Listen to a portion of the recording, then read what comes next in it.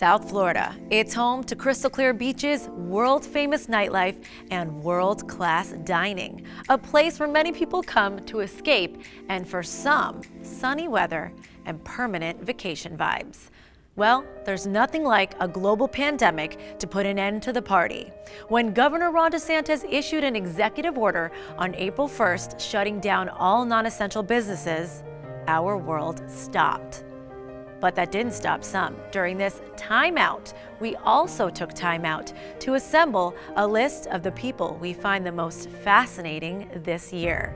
So as we prepare to close the door on 2020, let's take a look back on a few incredible South Floridians, some who made the news across the nation, and some who simply make us proud.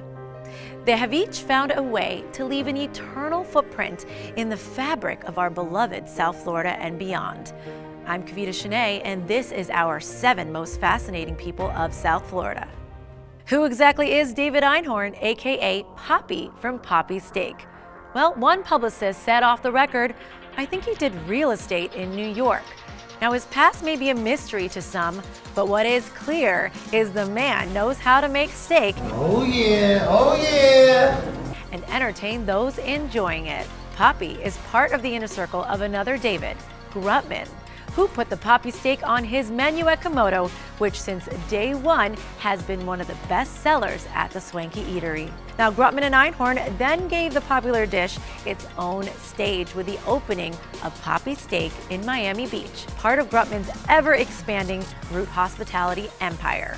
Now, that was September 2019, and the meteoric rise was swift, attracting a parade of celebrities, including Michael Bay, Drake, French Montana, J-Lo, Trevor Noah, and DJ Khaled. But 6 months after opening, enter a global pandemic and shockwaves across the restaurant industry. So let's hear from the man behind the big beef and how he's navigating business amidst COVID-19. So are you the guy that throws the apron on? Are you the guy that makes sure when people walk in the door, they're taken care of? I'm everything. From the second somebody makes a reservation at Papi Steak till the second they walk out their door and into their car, you have to make sure that their experience is perfection. You grew up in Brooklyn, New York. Grew up in Brooklyn, New York. Yeah. What was it like growing up in a conservative Jewish household? It was actually a little more than conservative. It was actually Orthodox Jewish household. I took a lot out from that rich tradition that we have in the Jewish Orthodox world and brought that with me today into the restaurant. Well, I heard that you have a very big family. How many brothers and sisters? We're 10 brothers and sisters, blessed, thank God, and I'm the youngest. So I got a lot from everybody. Well, what brought you to stay in Miami? I always loved Miami because it's a 2-hour flight from New York. And whenever the weather got bad in New York, we all know that, the winters, it starts snowing, it gets all snow everywhere and everything. I was on the flight out. They're like, oh, there's a storm coming. I'm like, I'm out. So I've been spending a lot of winters here since I was about 15. So I always loved Miami. It was always like my second home. And I'm happy that I have this opportunity to be a part of the community now.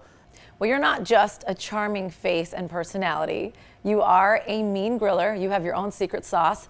Where do you get your kitchen DNA from? My mother was always very warming, and being from a big family, everybody has their friends, but the door is always open.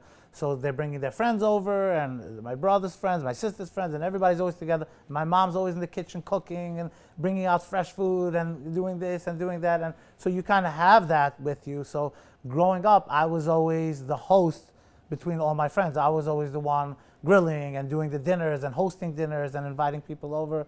So I love that. That's what gives me pure happiness. And the name Papi?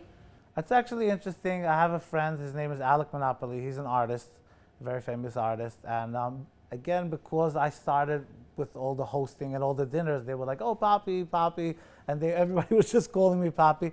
And then while I was grilling these steaks, so it started like Papi Steak. So you are partners with David Grutman, Root Hospitality. Take us through how you met. Take us through that David relationship partnership that you have with him. Flying down to Miami for all those years, going to the hottest clubs and the hottest scenes. Obviously, you run by David Grutman. And I became friends with his team, the people that worked around him, and we became very friendly. They started traveling to New York as well, staying by me. I was hosting them in New York. And then when I was coming here, we started hanging out. And so we got to Dave, and then the steak came up because he started seeing it on my social media, the Papi steak. And I remember it was Art Basel one year, and he had everybody over at his house. Like every top celebrity you can think of was at his house. And Dave was like, why don't you, this is your time to shine. Let's get the Papi steaks up, let's go. So I started grilling the steaks. I got the kosher steaks over with the sauce and everything, and they went crazy. They were blown away by it.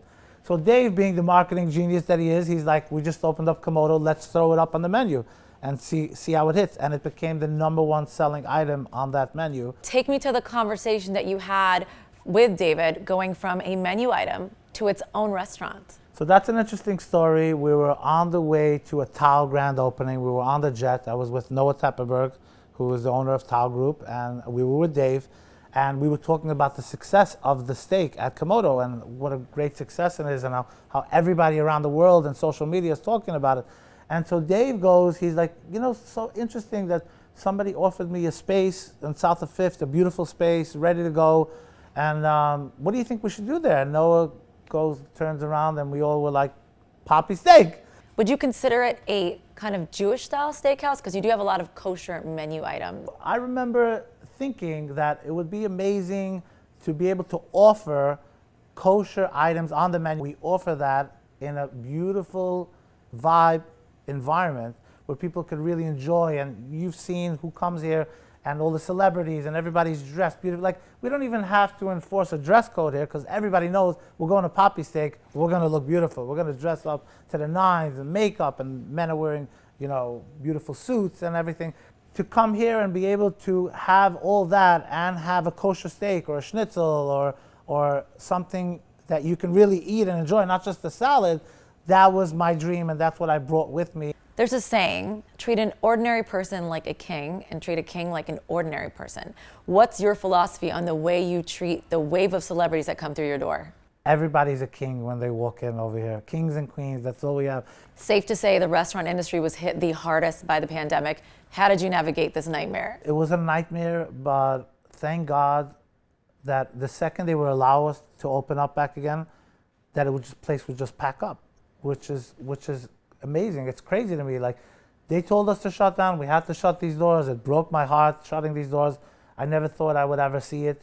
But the second they said, okay, we're allowed to open, we opened the doors, the place packed right back up. I mean, we had to do 3 grand openings in 1 year. Who has to do 3 grand openings? But we did it. You guys were closed for a few months during lockdown. What did you do? Were you active in the business, and what were you doing when you weren't working? So actually, we wanted to keep a lot of the staff on and to be able to still pay them during the pandemic. And so what we did was we decided to keep going with like food tastings, and actually we did a little bit of a takeout menu, but we did a lot of charity where we would go to like homes in different locations and drop off boxes of food. Advice for other restaurants and chefs and wait staff that are struggling right now? Just keep going, just wait it out. I think we're gonna get through this very soon. I'm hoping, I'm praying. My prayers are with everybody that went through this hard time.